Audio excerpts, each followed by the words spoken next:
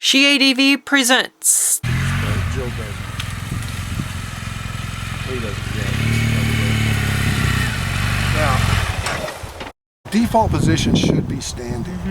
And if you can do that, then when you begin to come in, let's say you're coming in hot into a turn. If you tend to move your weight out as you're going into that turn, with these big adventure bikes in particular, it works with any bike, but in particular with the big adventure bike, as it begins to slide, instead of falling down away from you, as though you're sitting down, it slides, the bike goes away from you. If you're out like this and you're turning and it slides, the bike comes up underneath you. And you're simply moving out into the turn with the motorcycle.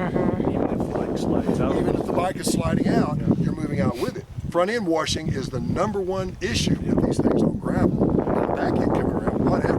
But when that front end starts to go, you try to plant a foot or whatever, and the thing comes on from under. So I still keep my weight on the outside if I'm going around, like I'm going to peek around the corner? Yeah. Okay.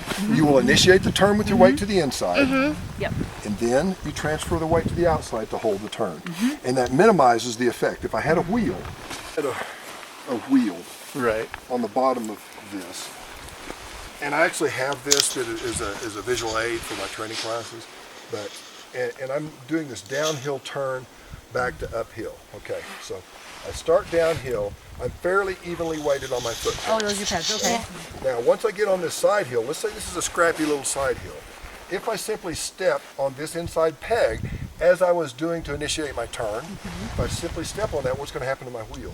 It's going to go out. It's going to tend to push it out, isn't it? And you have a tremendous amount of leverage there. Yeah. So as I initiate the turn with my weight here, and then I begin to apply the weight here, look what's happening now. Stabilizes it. Okay, Yeah. now let's translate that to the turns on this gravel.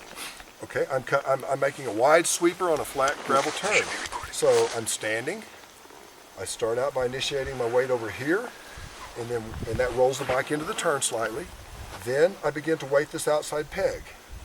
Now, if these are my bars now, instead of my foot pegs, my chest or my shoulders are maintaining parallel location relative to the bars.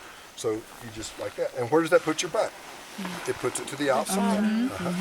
And you'll see people get confused on this, and they kind of do this, and they get, oh man, that has never happened. It's submarine. Oops.